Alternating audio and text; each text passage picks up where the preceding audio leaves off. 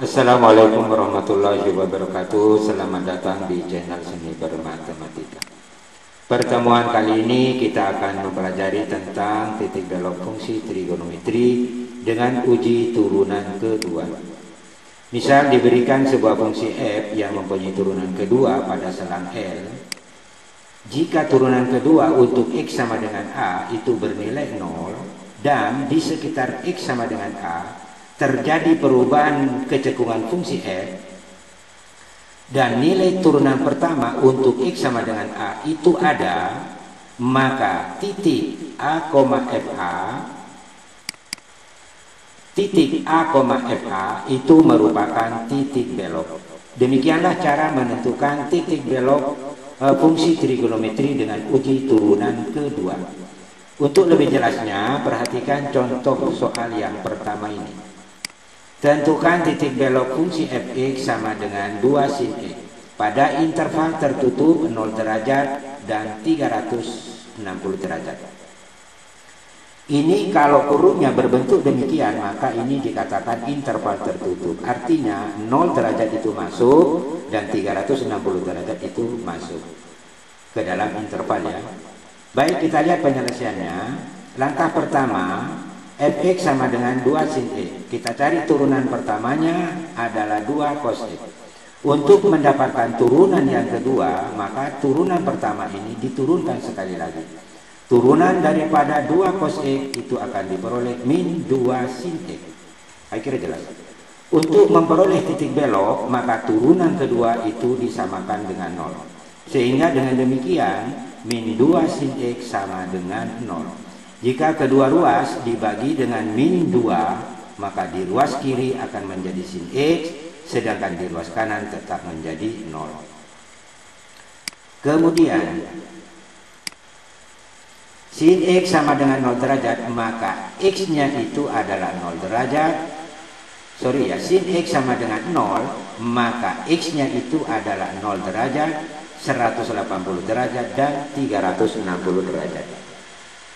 Untuk x sama dengan 0 derajat, maka fungsi f-nya, yaitu fx-nya tadi adalah 2 sin x. Berarti x-nya kita ganti 0 derajat. Sin 0 derajat hasilnya adalah 0. 2 dikali 0, maka hasilnya adalah 0. Kemudian untuk x sama dengan 180 derajat, maka nilai fungsi f 180 derajat itu sama dengan 2 sin 180 derajat. Sin 180 derajat itu juga 0. 2 dikali 0, maka hasilnya adalah 0. Selanjutnya untuk x sama dengan 360 derajat. Berarti fungsi f-nya, yaitu saya ulang sekali lagi, fx-nya tadi 2 sin x. Mengganti x-nya dengan 360 derajat, maka akan diperoleh 2 sin 360 derajat. Sin 360 derajat itu juga 0. Sehingga hasilnya 2 kali 0, maka jawabannya adalah 0. Dengan demikian akan diperoleh calon titik belok. Yang mana itu? Yang 0 derajat, 0, 180 derajat, 0, dan 360 derajat, 0. Ini merupakan calon titik belok. Selanjutnya, kita akan menyelidiki kecekungan fungsi di sekitar x sama dengan 0 derajat. Artinya, kalau di sekitar x sama dengan 0 derajat, maka x-nya itu bisa kurang dari 0 derajat. Misal kita ambil x sama dengan min 30 derajat. Maka nilai turunan keduanya, tadi turunan keduanya itu adalah min 2 sin x. Dengan mengganti x-nya min 30 derajat, maka nilai turunan keduanya akan diperoleh min 2 sin min 30 derajat. Sin min 30 derajat itu jawabannya min setengah. Nah ini dia. Min 2 dikali min setengah, maka hasilnya 1. Dengan demikian nilai turunan kedua untuk x sama dengan min 30 derajat itu lebih besar dari 0. Maka fungsi fx-nya itu cekung ke atas. Saya kira jelas. Kemudian untuk x yang lebih besar dari 0, misal kita ambil x sama dengan 30 derajat. Lalu bagaimana nilai turunan keduanya untuk x sama dengan 30 derajat? Berarti nilai turunan keduanya adalah min 2 sin 30 derajat. Sin 30 derajat nilainya 1/2. Min 2 dikali 1/2 maka hasilnya min 1. Sehingga dengan demikian nilai turunan kedua untuk X sama dengan 30 derajat itu kurang dari 0. Maka fungsi fx itu cekung ke bawah. Dengan demikian di sekitar X sama dengan 0 terjadi perubahan kecekungan fungsi, yaitu dari atas tadi berubah menjadi cekung ke bawah. Dengan demikian maka titik 0 derajat, 0 merupakan titik belok. Selanjutnya kita akan menyelidiki kecekungan fungsi f di sekitar X sama dengan 180 derajat. Untuk X kurang dari 180 derajat, misalnya kita ambil 90 derajat. Maka nilai turunan keduanya dengan mengganti X sama dengan 90 derajat akan diperoleh min 2 sin 90 derajat. Sin 90 derajat itu nilainya 1. Min 2 dikali 1 maka jawabannya min 2. Dengan demikian turunan kedua untuk X sama dengan 90 derajat itu kurang dari 0. Maka fungsi f cekung ke bawah. Kemudian untuk X yang lebih besar dari 180 derajat, misal kita ambil X-nya 270 derajat, maka nilai turunan keduanya dengan mengganti X 270 derajat akan diperoleh min 2 sin 270 derajat. Sin 270 derajat nilainya min 1. Min 2 dikali min 1 maka hasilnya adalah 2. Dengan demikian nilai turunan kedua untuk X sama dengan 270 derajat itu lebih besar dari 0. Maka fungsi f cekung ke atas. Kita lihat di sini. Untuk X kurang dari 180 derajat, fungsi f-nya cekung ke bawah, dan untuk X lebih besar 180 derajat, maka fungsi f-nya itu cekung ke atas. Berarti di sekitar X sama dengan 180 derajat itu terjadi perubahan kecekungan. Sehingga dengan demikian maka titik 180 derajat, 0 merupakan titik belok. Selanjutnya untuk X sama dengan 360 derajat. Kita akan menyelidiki kecekungan fungsinya. Untuk X kurang dari 360 derajat, misal kita ambil X sama dengan 270 derajat. Ini tadi sudah dihitung turunan keduanya itu sama dengan 2. Berarti turunan keduanya lebih besar dari 0, maka fungsinya adalah cekung ke atas. Kemudian untuk X yang lebih besar dari 360 derajat, misal kita ambil X-nya itu 390 derajat. 390 derajat bisa saya tulis 360 derajat ditambah 30 derajat. Lalu nilai fungsinya, turunan keduanya, sama dengan min 2 sin 390 derajat. Sin 390 derajatnya saya rubah menjadi 360 derajat ditambah 30 derajat. Artinya 390 derajat itu satu putaran lebih 30 derajat. Artinya kembali lagi ke 30 derajat. Sehingga sin 390 derajat itu ekuivalen dengan sin 30 derajat. Sin 30 derajat nilainya 1/2. Min 2 dikali 1/2 maka hasilnya min 1. Dengan demikian nilai turunan kedua untuk X sama dengan 390 derajat itu kurang dari 0. Maka fungsi f-nya itu cekung ke bawah. Di sini kita lihat.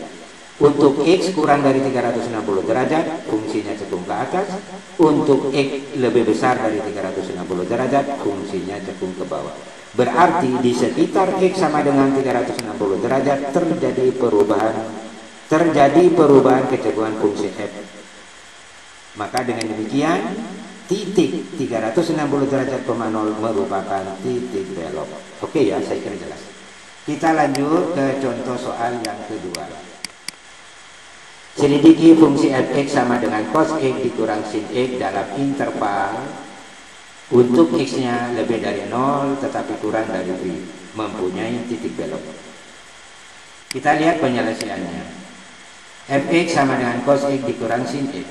Ini fx-nya. Turunan pertamanya f aksen x, turunan cos min sin x, min tetap min, turunan sin x adalah cos x.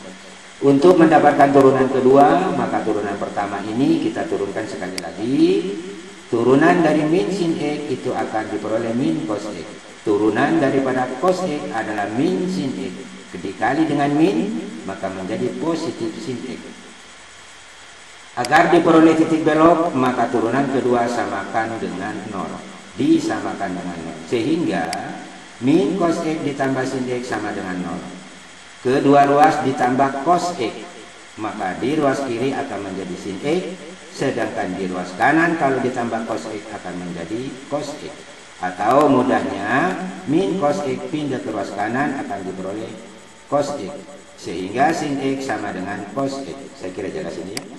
Kemudian kedua ruas kita bagi dengan cos X, berarti di ruas kiri akan menjadi sin X per cos X, sedangkan di ruas kanan akan menjadi 1, karena cos X dibagi cos X adalah 1. Atau dapat ditulis sin X per cos X tidak lain adalah tangan X. Tangan berapakah yang nilainya 1? Maka jawabannya tangan pi per 4. Dengan demikian maka X sama dengan pi per 4 ditambah K kali pi, karena ini periodenya tangan, K kali pi. Untuk K sama dengan 0, maka X-nya sama dengan pi per 4, karena ini jadi 0 kan? Oke. Untuk K sama dengan 1, maka X-nya itu sudah berada di luar interval antara 0 sampai pi. Maka saya tidak ambil K sama dengan 1. Dengan demikian, maka X yang memenuhi hanya 1, yaitu X sama dengan pi per 4. Kemudian kita akan menentukan nilai dari fungsi f untuk X sama dengan pi per 4. Fungsi f-nya tadi adalah cos X dikurang sin X. Dengan mengganti X-nya pi per 4, maka akan diperoleh cos pi per 4 dikurang sin pi per 4. Cos pi per 4 atau 45 derajat itu nilainya 1/2 akar 2 dikurang sin pi per 4 atau sin 45 derajat itu juga sama dengan 1/2 akar 2. 1/2 akar 2 dikurang 1/2 akar 2, maka hasilnya adalah 0. Dengan demikian akan diperoleh calon titik belok, yaitu pi per 4,0 baru calon. Selanjutnya akan diselidiki kecekungan fungsi f di sekitar X sama dengan pi per 4. Artinya bahwa X-nya bisa kurang dari pi per 4. Misal kita ambil X-nya itu sama dengan 0. Lalu bagaimana nilai turunan keduanya? Nilai turunan keduanya untuk X sama dengan 0 berarti min cos 0 ditambah sin 0. Karena turunan keduanya tadi adalah min cos X ditambah sin X. Kita ganti X-nya 0 berarti diperoleh min cos 0 ditambah sin 0. Cos 0 itu adalah 1, maka akan diperoleh min 1. Sin 0 adalah 0. Min 1 ditambah 0, maka hasilnya adalah min 1.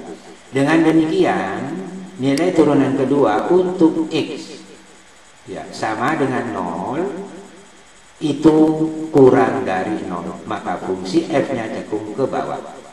Selanjutnya untuk X yang lebih besar dari pi per 4, misal kita ambil pi per 2 atau 90 derajat, maka turunan keduanya akan diperoleh min cos pi per 2 ditambah sin pi per 2 atau 90 derajat. Min cos 90 derajat itu adalah 0 ditambah sin pi per 2 atau sin 90 derajat itu nilainya 1. 0 ditambah dengan 1 maka hasilnya 1. Dengan demikian turunan kedua untuk X sama dengan pi per 2 itu lebih besar dari 0, maka fungsi f-nya itu cekung ke atas. Sehingga terjadi perubahan kecekungan fungsi f di sekitar X sama dengan pi per 4. Maka dengan demikian titik pi per 4,0 merupakan titik belok. Saya kira jelas ya. Kita lanjut ke slide berikutnya. Nah, ini latihan soal, silakan kalian kerja soal-soal yang saya berikan ini agar kalian tambah mahir dalam menentukan titik belok. Saya kira pertemuan kali ini sampai di sini. Mohon maaf atas segala kekurangan. Wabillahi taufiq wal hidayah. Wassalamualaikum warahmatullahi wabarakatuh.